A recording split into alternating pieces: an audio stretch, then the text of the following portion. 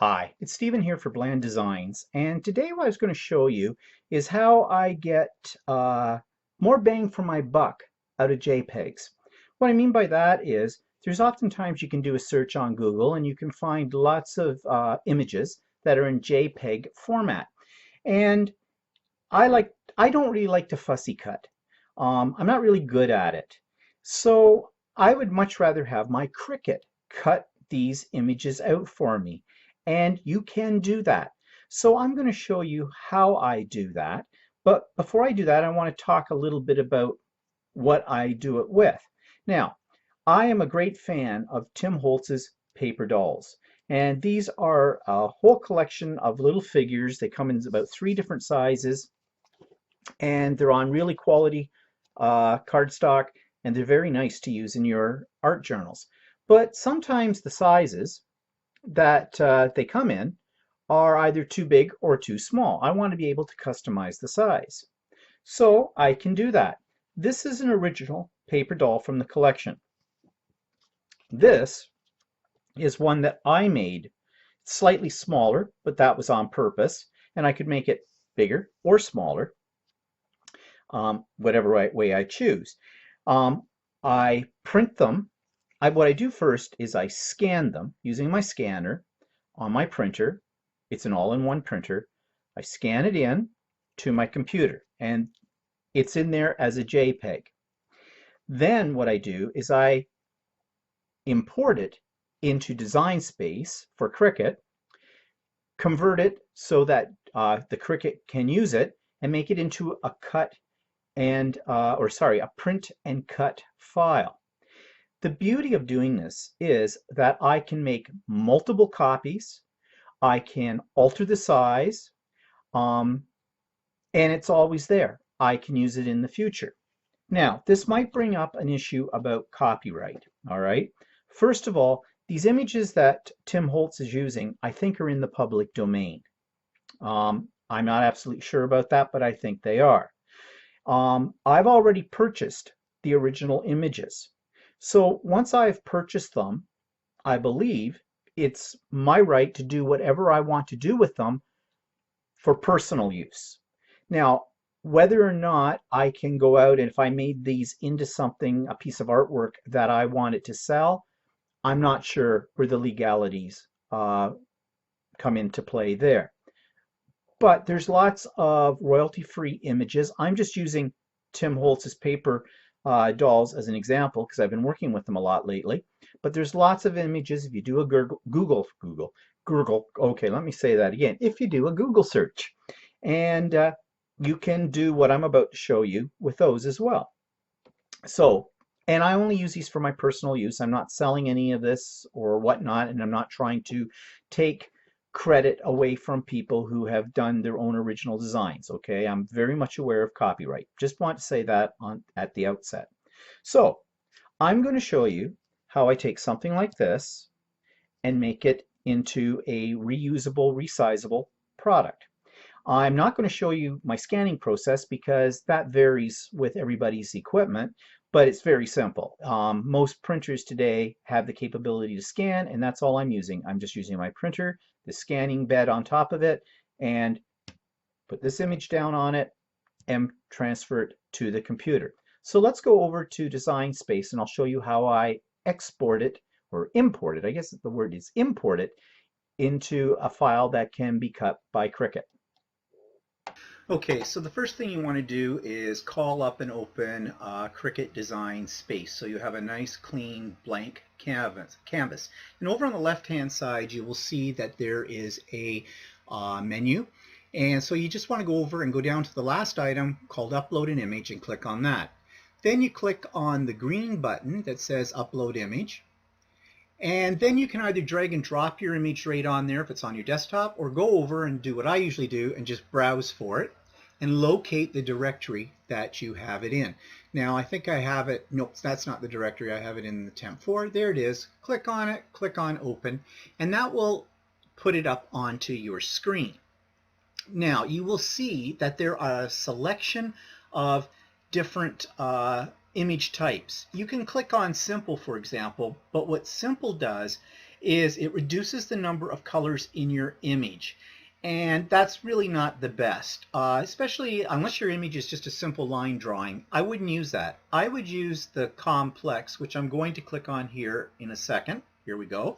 So click on complex, and that will pick up pretty much all of the colors and make a much better image. So once you've done that, then you can go over and click on continue, the green button at the bottom. Now you'll notice your image is only partially there. Actually, it's all there, but we need to zoom in or zoom out. So up in the right top hand corner, you have the zoom in and zoom out buttons. And you see all this white space.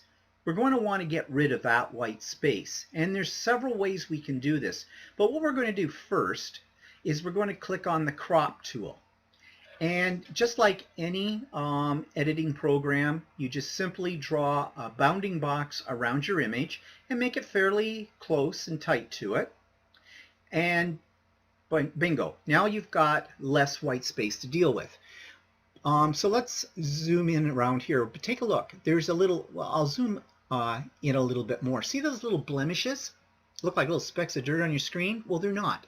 They're little dots that will be printed, and the Cricut will find those dots and try to cut them out. Now, it's not going to really wreck your image, but it's going to take your image longer to cut out.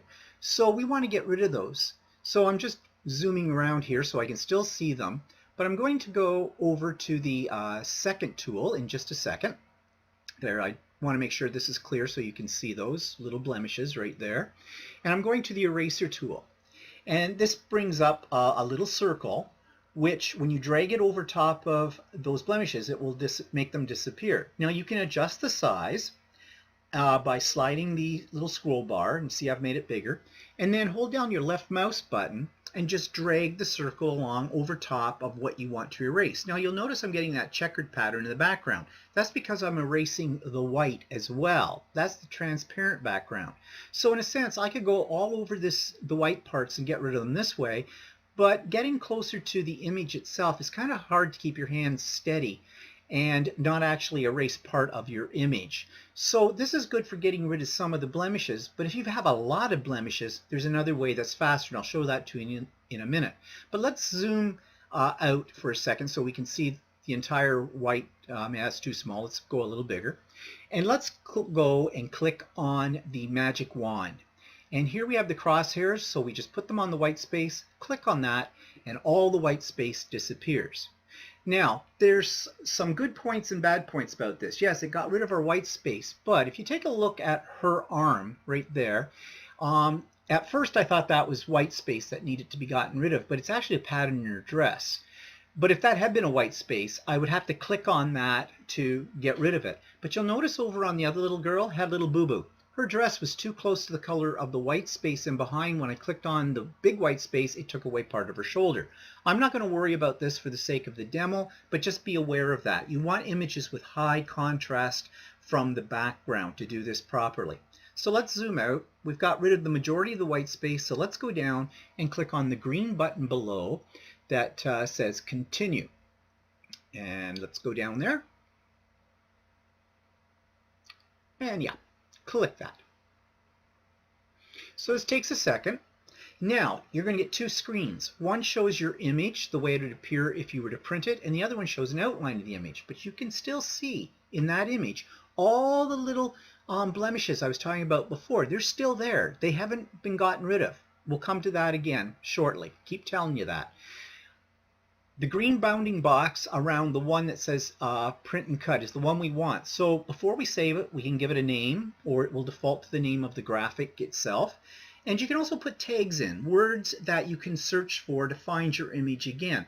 I don't tend to use this a lot because all of my images are in my upload library, and I just find it faster to go in the upload library and grab them from there. But this is a convenient tool for searching.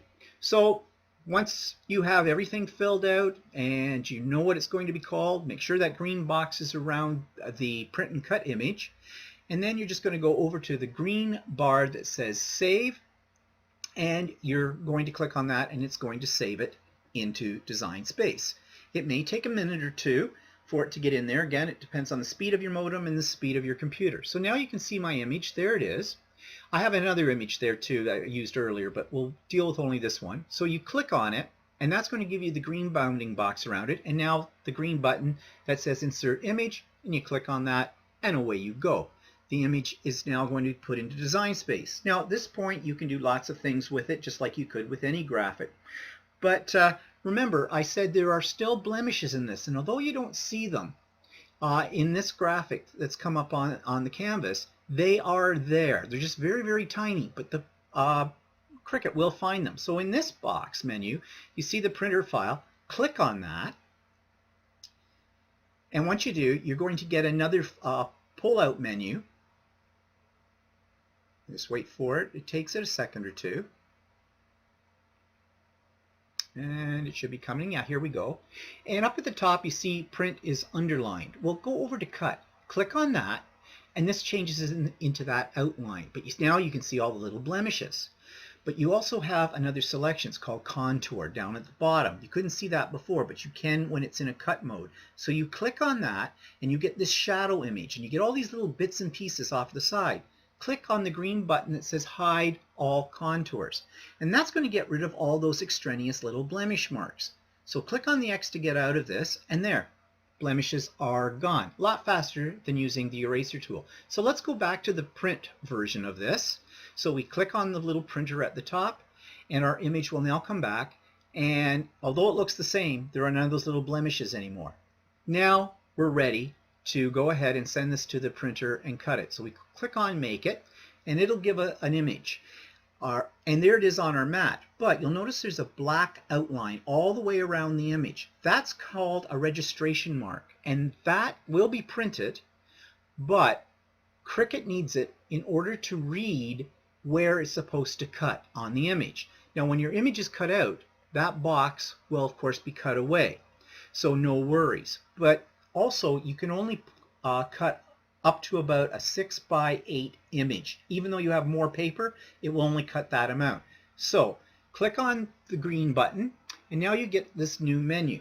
And just like I was saying too, sometimes if you're outside of the size that it can cut, the Cricut's going to give you a warning saying your image is too big, and then you can adjust the size. Now you'll notice at the very top of the screen it's looking for my Cricut, and it can't find it because I forgot to turn on my Cricut when I started doing this demo. So I'm turning that on now, and it'll take it a second or two, and now it's looking for it. And you just wait, and it'll come up and eventually find it and put it up there. There it is. So the first thing I want to do is go to this number 1 step that says print, click on the green button, and this is going to bring up my printer selection file. And I have a lot of printers, so you select the one that's appropriate to your machine, and then you'll be able to print. But you'll notice you can print multiple copies, and there's this button that says bleed, and it's defaulted in green, meaning that it's on. You want to leave that on. What that does is prints a little shadow around the areas that are going to be cut so that the Cricut can be even more accurate when it cuts out your image. So leave that on, and it defaults to on anyways. It's very, very helpful. So don't get scared when you see your image print out and there's this blurred line all the way around it. That will be cut away. So when you've got everything set up to your satisfaction, now you just go down to the green button at the bottom of the screen, print, and click on that, and it will print your image. Now I have already printed this out, so I'm not going to bother printing it. So I'm just going to get out of this box by clicking the X. Second thing is to set your material. This is where you're going to have to do some experimentation depending on the thickness of your cardstock, and you can create your own custom material cuts. So if you go up to the categories, I have one under my categories, and I have one called heavy black cardstock. So I'm going to click on that and then click done at the bottom, and now my Cricut I know is set and ready and will cut the material the way I want it to be cut.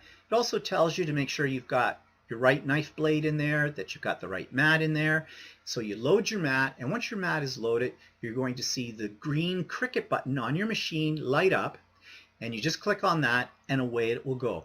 So it will start out by reading that black box that went all the way around your image.